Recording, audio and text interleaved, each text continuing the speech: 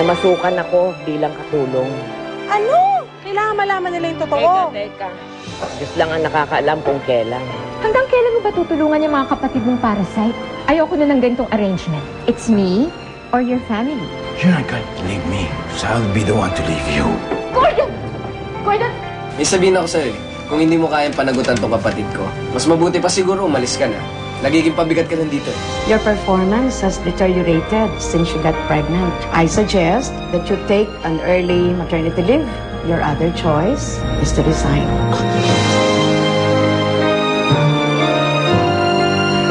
Kunching!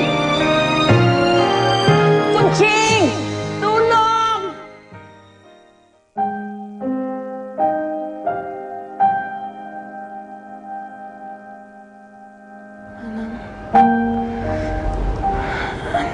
Anong nangyari sa akin?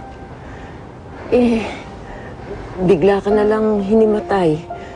Hirap na hirap nga akong daling ka dito sa kwarto Si Bernie ho, nasaan? Hindi pa umuuwi.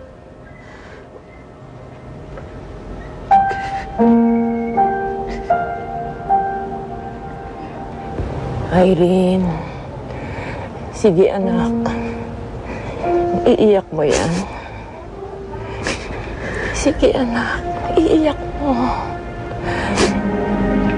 Hindi kasi makakabuti sa sanggol na meron kang hinikim-kim na sama ng loob. Sige, umiyak ka. Mabuti pa kaya igawa kita ng sabaw, ha? Kukunin ko tuloy ang mga gamot mo, ha? Sandali lang.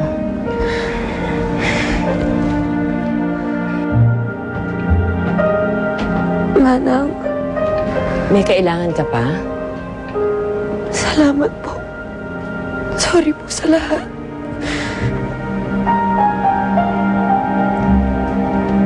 Walang anuman.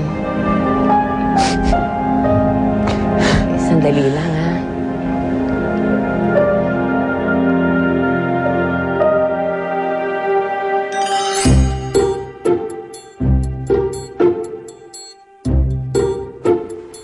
Ikaw ba talaga to?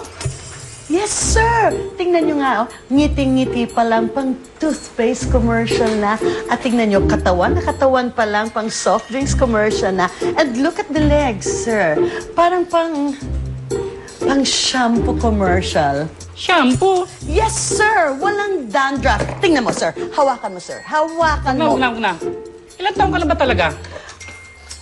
20-something? 20 ano?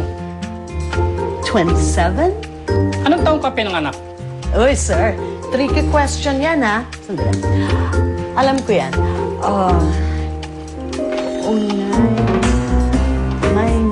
-7, carrying over 19. Sandali, sir, ha? Magaling ako sa math. Gurang ka na, sinungaling ka pa. Ano akala mo sa akin? Tanga? Hindi ka na bagay mag-showgirl. Ang bagay sa'yo, bouncer. Ang yabang mo? Kala mo kung sino ka magsalita?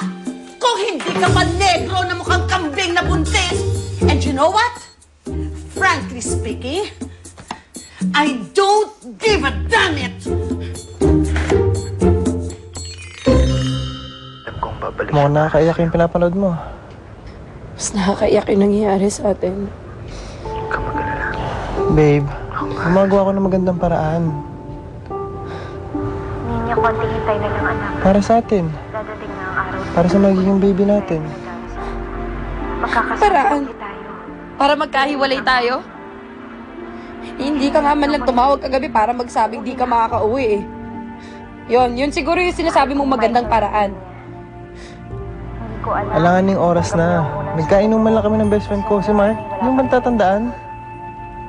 Pero umaasa Teka, kailan ka nga ba nagpakilala sa akin ng mga barkada mo? Kinakahiya mo nga ako, di ba? Kahit sa pamilya mo, di mo pinapakilala. Anong pamilya?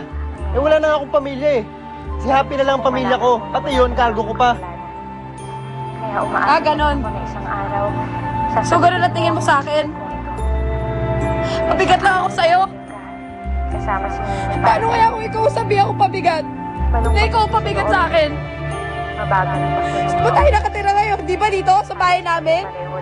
Hindi mo ko naiintindihan eh. Masyado ka kasing sensitive. Hindi ka naikinig. Hindi ako Tapos wala ka tumigil cellphone. hanggang sa pagod na ako. Tumawag ako kanina dito, walang tao. Para sa gabi, sumasagot. nakakatulog na Uwi lang ako, ako. wala ka na. At mananaginip na kasama ko kayong dalawa ni Ninya. Sa trabaho. O tapos sa Miss ko na kayo hindi na ni ganyan, Ninya, hindi ka Michael. makikinig. Sabi ko sa'yo eh. Kaya sana sagutin mo naman tong sulat ko. Para alam ko na kahit papano, mababasa niyo to.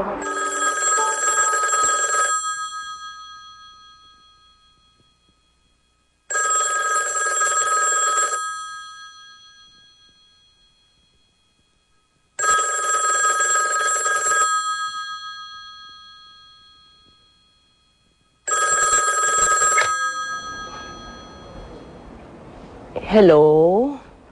Hello, si Gordon to.